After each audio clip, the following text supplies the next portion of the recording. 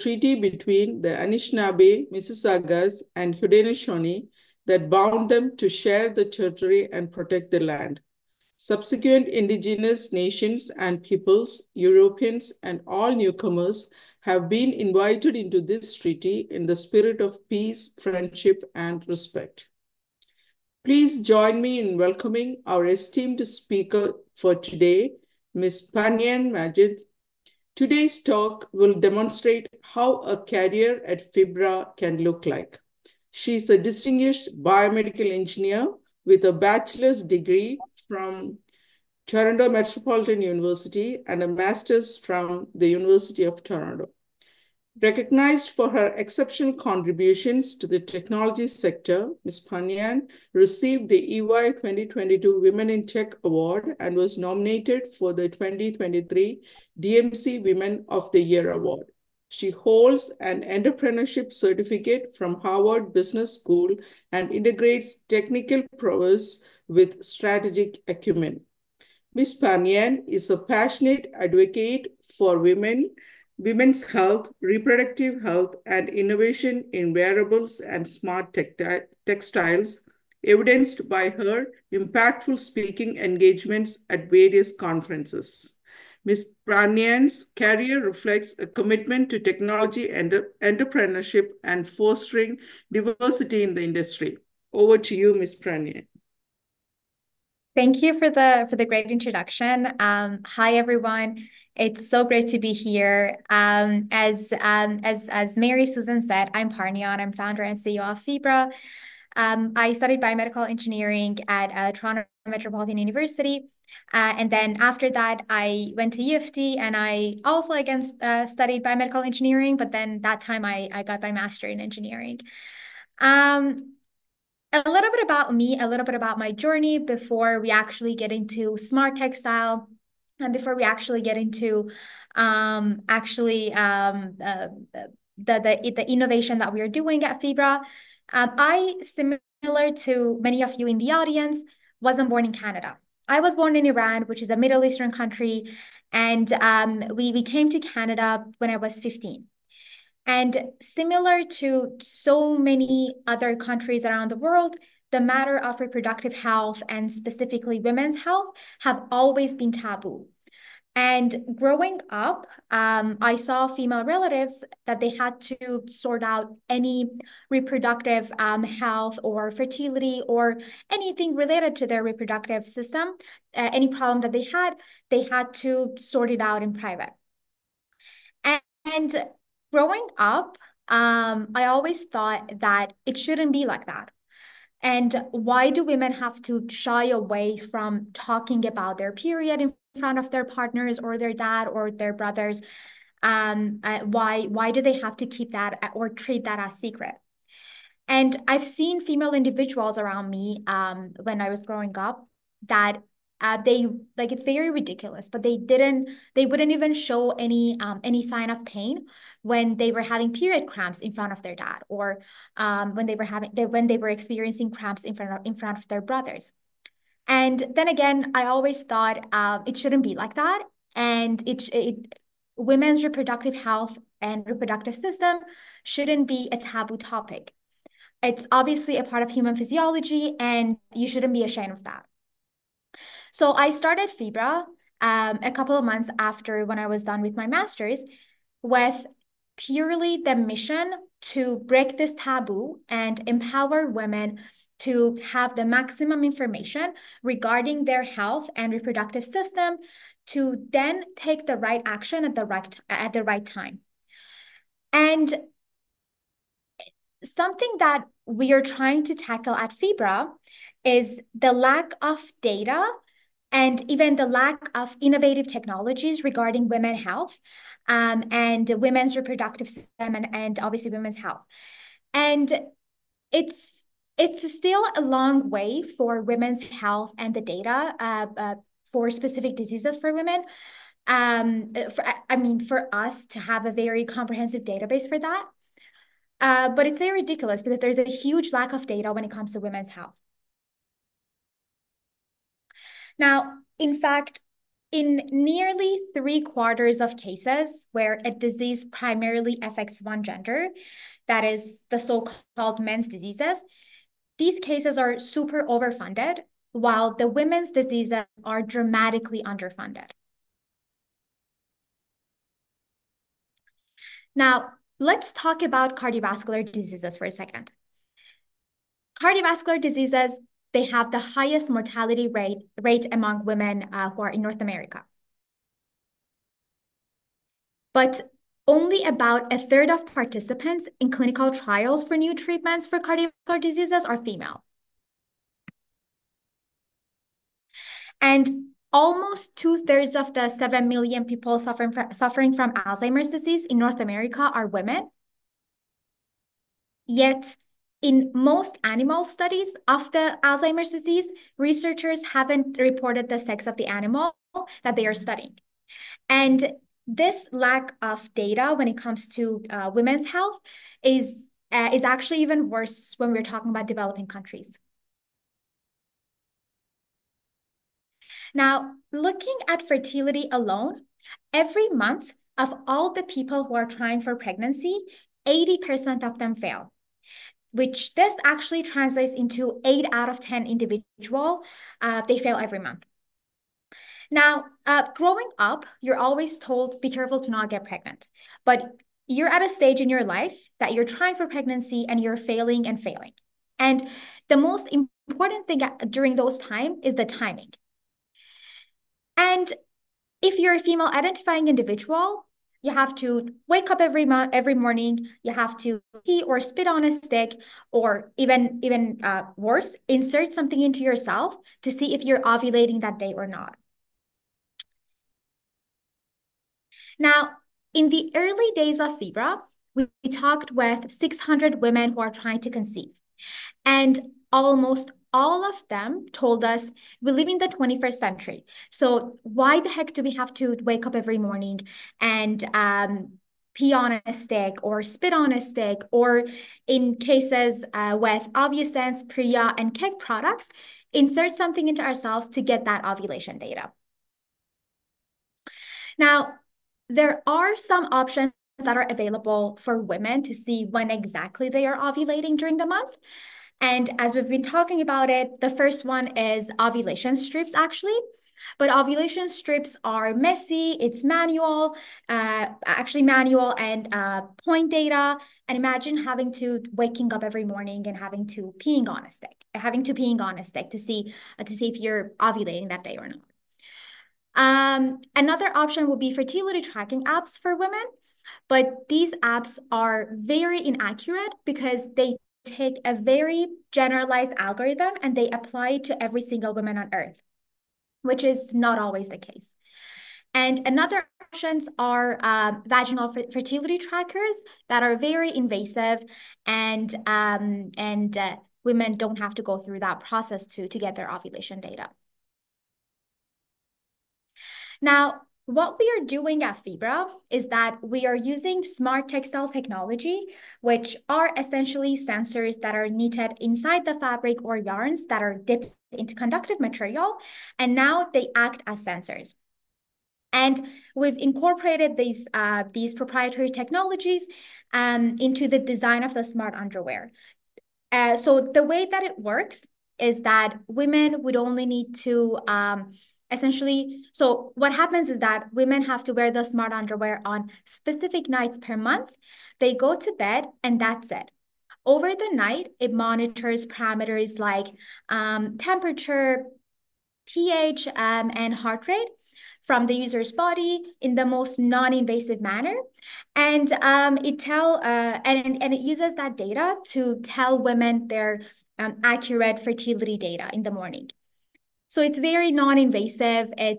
We are getting the data from women's bodies to then tell them about their own body, but we are getting that in the most non-invasive, hassle-free manner. And when you're going through the trying to conceive journey, the timing is everything. And having access to the accurate data about when is the best time to conceive results obviously into you getting pregnant much faster and much easier. Now, a little bit more about our patent pending product. We now are having a completely new version every 2 weeks. And the picture that you're seeing on this slide is actually version number 3. We are currently at version number 5, which, trust me, it looks much more sophisticated than what you're seeing on this. And we have detachable electronic units. We have components that are washable. But this one, the picture that you're seeing here was one of the early prototypes that we had. And we started our pilot study back in October. We've had multiple versions being worn by our participants, and we're developing a proprietary database as we are moving along. And we've currently received, we've recently received $75,000 from Canadian government to submit more patents and further refine our IP strategy. And the picture that you're seeing, which is a proof of concept, for our product, it's obviously a non-functioning proof of concept, but as you can see, we essentially have different yarns, we have different fabrics that are designed into sort of different sensors with different functionalities. And we have all of the elements in just one underwear, which, by the way, is washable. It's very comfortable because then again, we are utilizing smart textile technology, and when we are talking about sensors, we are not talking about those bulky, rigid sensors. We're essentially talking about pieces of fabrics or pieces of yarns that are dipped into conductive material, and now they act as sensors for us.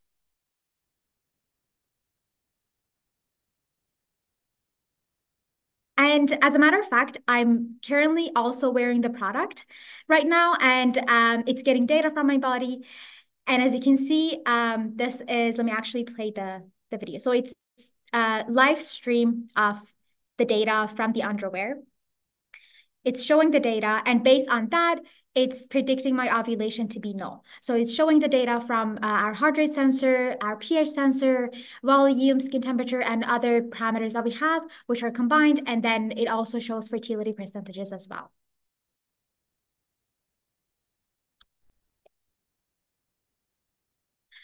Now, with the amount of data that we are getting from women's bodies, we will be a women's health platform in the future.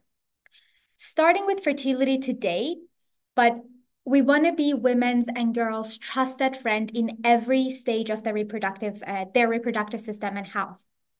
From fertility to pregnancy detection as early as possible, pregnancy monitoring, postpartum monitoring, contraceptives, menopause, or even alerting women and girls if they've been exposed to any reproductive system diseases. All of that is going to be possible with our proprietary sensor technology in the near future. And that will be the very first part of our big plan. The next part is actually FIBRA partnering with biopharma companies to enhance drug discoveries and to essentially use the data that we are getting from women's bodies to then essentially help these giant biopharma companies to develop drugs that will be much more effective on women's bodies as well. And all of these, it means having access for women, it means having access to the reproductive data and fertility at the tip of their fingers in the most discreet, automated, non-invasive, hassle-free, and accurate manner. Now, a little bit more about smart textile technology, because it's a very fascinating topic and it's a very novel area as well. Smart textile technologies are essentially defined as textiles that can sense and react to environmental conditions or stimuli from mechanical, thermal, magnetic, chemical, electrical, or even other sources. And smart textiles are able to sense and respond to external conditions in predetermined way. In terms of the types of smart textiles, we have passive smart textile, active smart textile, and very ultra smart textile. And in terms of passive smart textile, an example for that would be UV protecting clothing, conductive fibers, plasma treated clothing, and waterproof fabrics. Or even in some cases, we have thermal kind of resistant fabrics. And for active smart textile, we are talking about a garment monitoring, for example, a garment monitoring the wearer's heart rate, but beeping and vibrating when the wearer reaches a certain heart rate level. With active smart textiles, it's some functionalities that are combined together, and sort of smart textile, which has basic functionalities, in this case, getting heart rate data and beeping if everything goes, if nothing is actually going right or if something is going wrong. But when we are talking about ultra smart textile, we are talking about fully functioning cloth. And in terms of fully functioning clothing, on a very high level, an ultra or fully functioning smart textile should have some or all of these units that we are seeing on the screen. We should have power supply, sensors, data processing unit, interconnection, antenna, and actuator. Well, this is actually kind of an old picture. These days, when we're talking about smart textile, they don't have antenna or actuator, depending on the application, of course. But at minimum, smart textile should have power supply, sensor, data processing unit, which are microcontroller unit, and interconnections that are wires. And regarding interconnections, or even sensors, there are different methods that you can actually either sew that on fabric or use sort of knitting machines to knit that within the fabric, or use printers to print the traces on the fabric and use sort of highly conductive ink or highly conductive materials such as silver, stainless steel, or copper, to have those traces as interconnections or even as sensors in some cases. Or there are studies which they use printed electronics on textile, and they use that as sort of a microfluidic channels for sensors as well. Now, in terms of smart textiles application in healthcare, it's been around when we're talking about healthcare, it's been around for a couple of years, and the high technology in textiles give us the opportunity for personal healthcare. And the development of wearable monitoring systems is already having an effect on healthcare in the form of telemedicine and remote patient monitoring and other wellness products, as you can see in here. Another application of smart textile is in military, and smart textile is also used for defense. In extreme cases or in extreme conditions, there is a need for real-time information technology or real-time high-speed data processing to increase the protection and survivability of the people working in those conditions. And smart textile is actually currently being used for defense applications as well. Another application of smart textile is in fashion. Smart textile plays an important role in entertainment wear. And these types of wear have a special color, heat, and light-consuming power. And these wares have a special effect when the dancer, for example, moves or they lift their arm up. It changes the color of the dress. And specifically in fashion, in fact, Adobe has recently revealed their smart dress, which changes its pattern, which was very fascinating. Let us actually watch a quick video. So it actually changes the pattern. Unlike traditional clothing, which is static, Primrose allows me to refresh my look in a moment.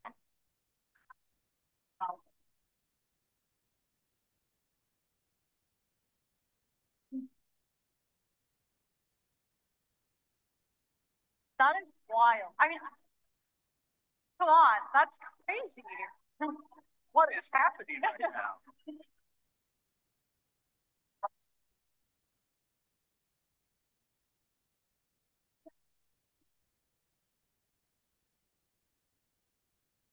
So this was very interesting. They actually revealed that on October last year. So it's been very recent and it's been very new. And as we've been talking about, smart textile has many applications in fashion, in defense, in healthcare. And in fashion, it's definitely booming right now. Now, back to smart textile in healthcare. There is an organization in Canada, which I'm sure many of you know, and it's called University Health Network, or UHN. They are one of the biggest hospital networks in Canada. And within UHN, they have essentially a research center, which is called KITE. And KITE, actually at KITE, one of their focuses is specifically functional fabrics and functional textiles and smart textile. And when you go on their website, they have a very interesting saying, which says, imagine a world where socks treat bladder issues, t-shirt stops heart attack, and pants help people walk. And this is actually the future of health tech, and this is actually the future of remote patient monitoring, remote patient treatment, and everything being done essentially on your clothes because of the power of smart textile. And that's very exciting. That's a very exciting future for smart textile. However, there are many challenges with smart textiles, including washability, but most importantly, one of the biggest challenges that is still in the industry is actually securely connecting electronics such as resistors to the printed traces that are acting as interconnections or as wires. So securely connecting these two units together is one of the biggest challenges in the industry. Another challenge is essentially brutality of the printed traces and the fact that it's very sort of not good for washability. It's not. It's also, it doesn't, when you're actually like stretching that, all of the printed traces is going to break. So it's not really applicable, although that printing traces is widely being used in smart textile, but that's a challenge that it's still remaining in the industry. And the last challenge is actually lack of proper ISO standards and quality assurance protocols, because smart textile is a very new and novel field, and everyone is essentially just trying to figure out how that ISO standard or how that quality assurance protocol would look like.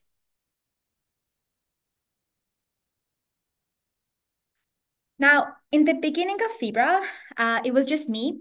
But today, we're a team of 10. We have different engineers, different app developers, and marketing individuals on the team who are actively working on different versions of the product that we have, and who are actively working on bringing Fibra to market as soon as possible. We are also surrounded by amazing advisors from different companies and industry streams, including Dr. Woodlinger.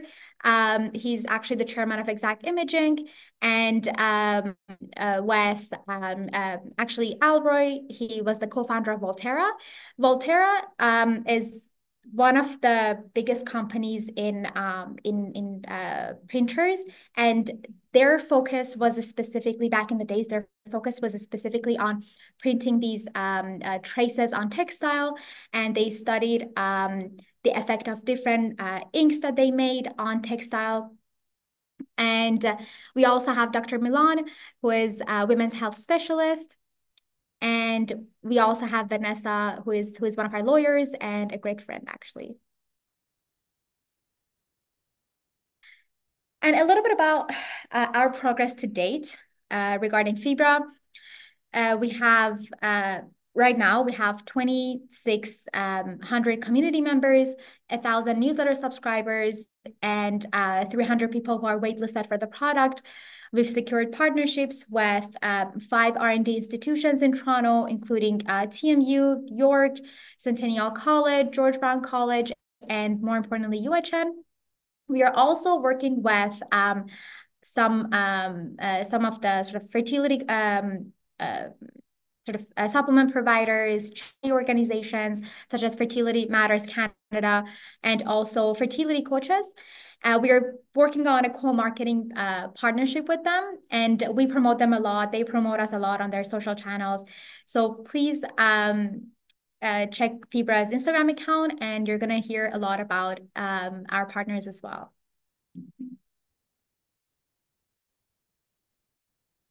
Now, join Fibra and join our community. Scan the QR code that we have, and get on our wait list. Get on our the newsletter that we send out every month, and you're going to be the first to hear about our product when we are in the market, to hear about any updates that we have, and hear about any job opportunities that we might have. We are constantly looking for scientists, for engineers, for business developers, and marketing individuals on the team. I know that it was sort of super quick, but it's okay. It's going to leave us a lot of time for Q&A after that.